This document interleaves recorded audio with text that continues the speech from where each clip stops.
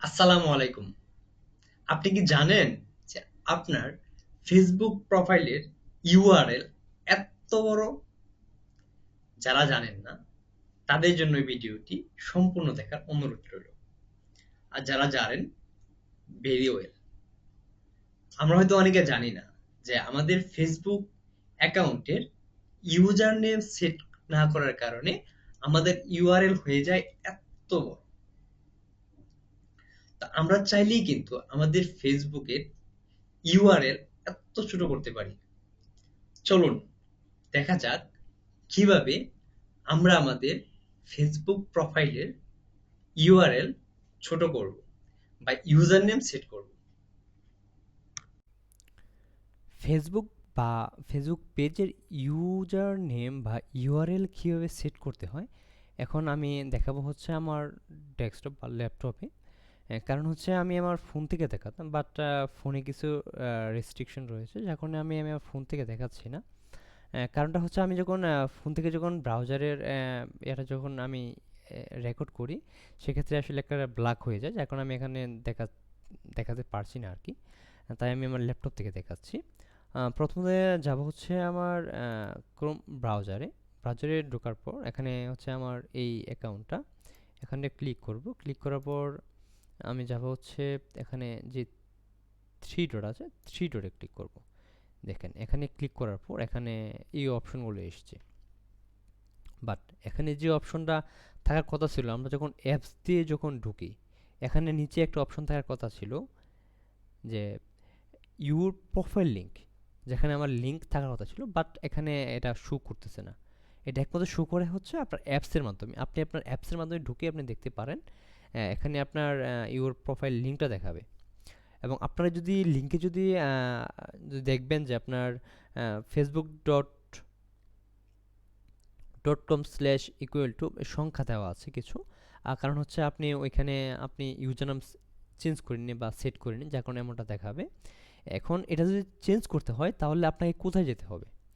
যেতে হবে হচ্ছে আপনার ফেসবুক যে অ্যাপসটা আছে, এই অ্যাপসের যাবেন আপনার সেটিংস অ্যান্ড প্রাইভেসিতে। প্রাইভেসিতে যাওয়ার পর এখানে ক্লিক করবেন সেটিংসে। সেটিংসে ক্লিক করবেন। সেটিংসে ক্লিক করার পর আপনি একটু নিচে যাবেন, স্ক্রল করবেন, স্ক্রল করবেন। স্ক্রল করার পর আপনি দেখবেন এখানে কিছু অপশন আছে। যেমন আমি যদি যাই এই অপশনটাতে, দেখবেন এখানে আপনার যে বিষয়গুলা আপনি খুবই ক্লিয়ার হবেন আমার এই ভিডিওতে। আপনি এ টু জেড দেখেন, এখন থেকে যেহেতু দেখা শুরু করেছেন, শেষ পর্যন্ত দেখবেন আশা করি। সেটিংসে যখন যাবেন এখানে কিছু কিছু বিষয় আছে যা হয়তো আপনার কাছে খুবই চমকপ্রদ মনে হতে পারে, কারণ কিছু কিছু অপশন ডেস্কটপ মোডে আছে, বাট আবার যখন আপনি ইয়াতে যাবেন, অ্যাপসে যাবেন, যে দেখবেন অ্যাপসের মধ্যে নেই। ঠিক আছে, এমনটা হয়ে থাকে। বাট আপনি আমার অ্যাপসে ওই সেটিংসে যাওয়ার পর আপনি যাবেন হচ্ছে পেজ ডিটেলসে। পেজ ডিটেলসে যে দেখবেন এখানে আসলে তেমন কিছু নেই। তখন আপনি এখন কি করবেন বলেন?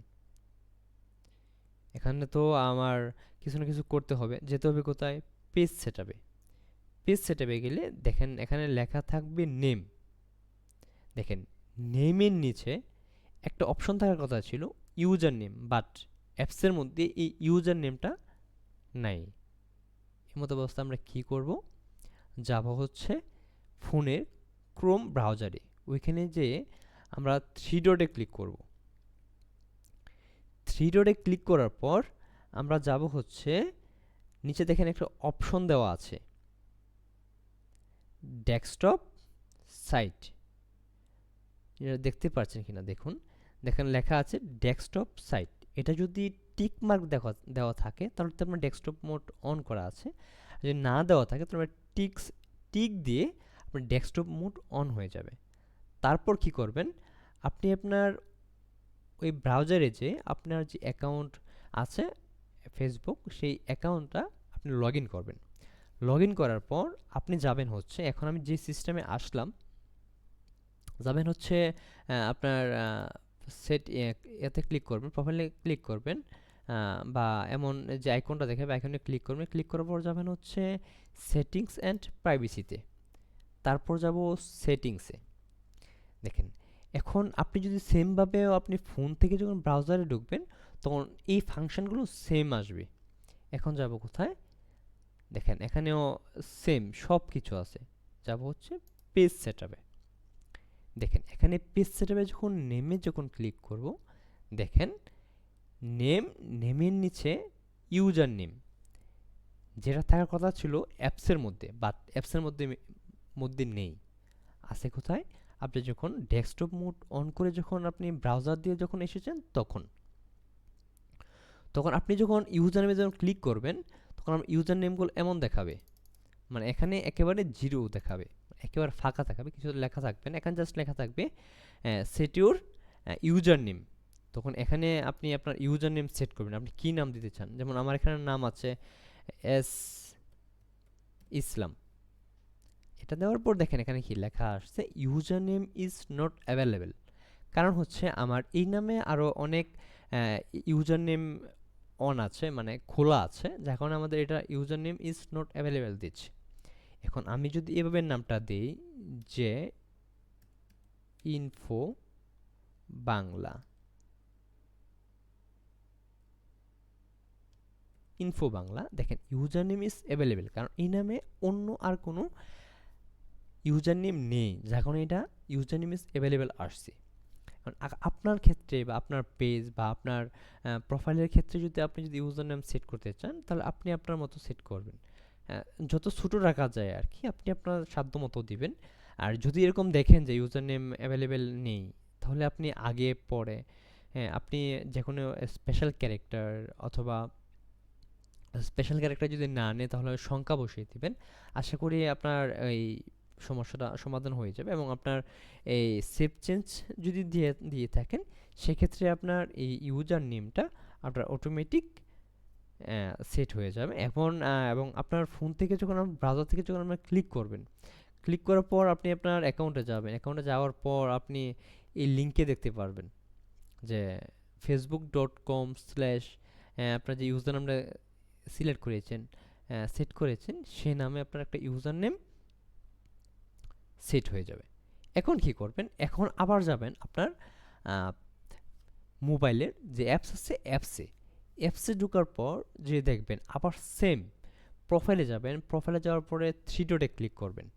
এখানে যেমনটা দেখাচ্ছি থ্রি ডটে ক্লিক করার পর যেমনটা এখানে থাকার কথা ছিল ওর লিঙ্ক, ঠিক আছে, এই লিঙ্কটা দেখতে পাবেন। দেখবেন ওই লিঙ্কে আগে ছিল আগে যেটা বললাম আর কি, যেটা ছিল facebook.com/ বা ছিল সম্ভবত আপনার ইকুয়াল টু কিছু সংখ্যা ছিল।